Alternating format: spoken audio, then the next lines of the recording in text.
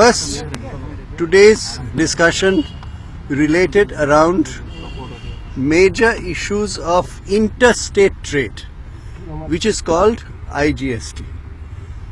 We could not reach a consensus on a very important issue which relates to defining a state.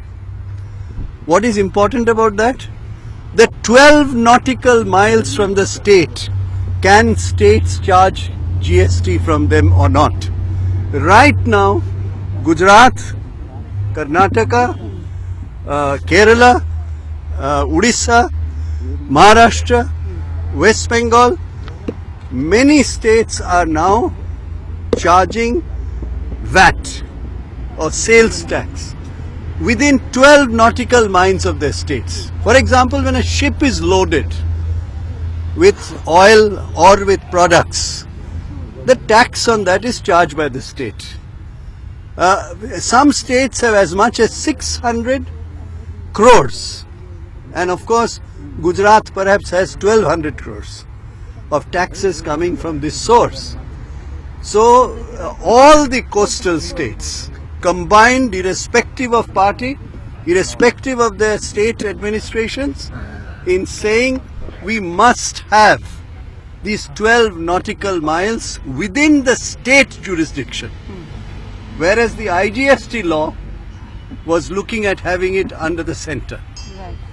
So finally, the Honorable Finance Minister chairing the meeting, Union Finance Minister, suggested that if there is a constitutional issue, it is better to get legal opinion on the subject.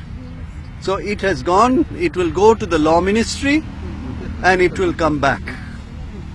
There were several other issues relating to GST which were discussed, and on some things modifications were made, on something it was not.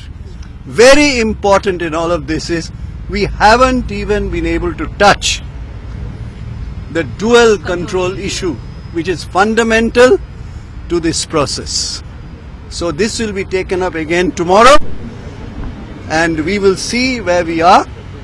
So we cannot have a GST that is non-sustainable, that is flawed, that is wrong, and states will not give up their rights along with the centre to have a GST which can be effective. So we did not. Does that mean that the April 1st timeline looks difficult? Or is July or September a more likely timeline that I don't want to make predictions on timelines, but we have not yet passed the IGST law.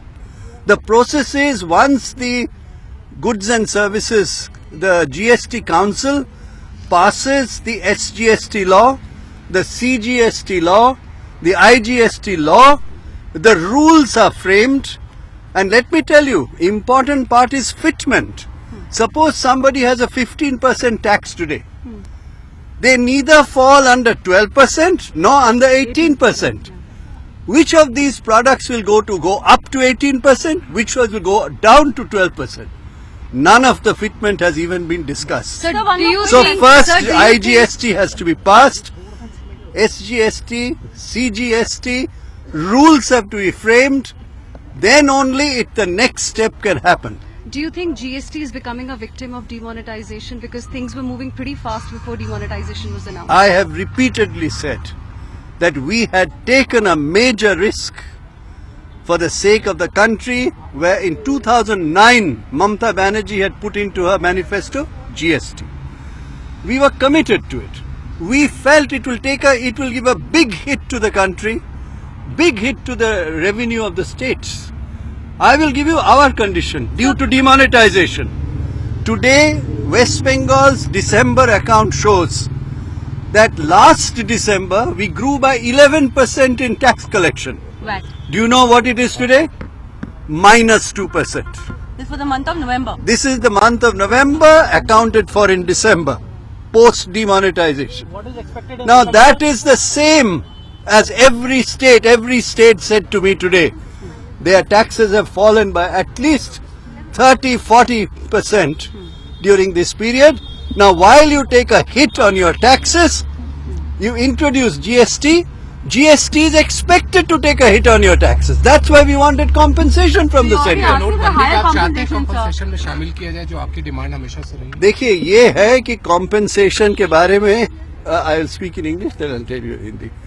As far as compensation is concerned, GST Council took a decision.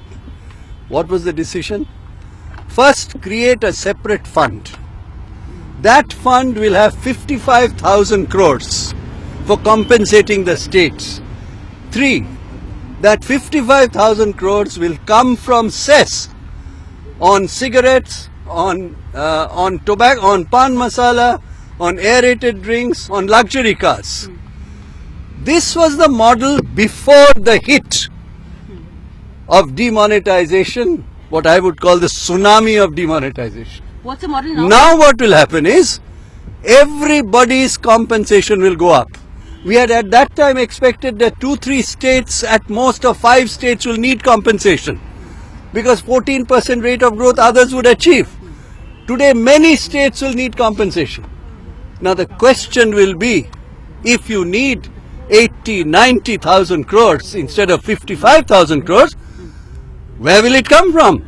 This is the double whammy, the double hit. So could there be a revision in the GST rates as well, sir? Could that be also a demand on the side of the states? I think states are interested that the centre to stick to its constitutional commitment, which is 100% compensation of the states, 100% loss, and centre will have to find a way if it goes beyond 55,000, which is obvious it will go.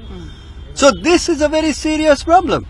So it doesn't matter whether it's through the cess rate, through the cess route or through the rate route. Will the compensation law again come to GST Council? Compensation law will obviously, once GST Council will constantly meeting, if the compensation goes to 90,000 crores or 80,000 crores in place of 55,000 crores, obviously GST Council will have to take a call where the centre must become responsible. Is this the rough estimate, 80 to 90,000 crore that you're looking at Is- now post demonetization? If you assume 30% decline in tax collection, instead of 5 states or 4 states seeking compensation, 10-12 states will seek compensation. And therefore, the amount of compensation required, this is not a matter of law, it's a quantum, it will require. Where will that come from today? West Bengal is asking for it. How much is the It compensation? is not what West Bengal is asking. I am the chairman of the Empowered Committee of States while I am a member of GST Council. So I speak on behalf of states.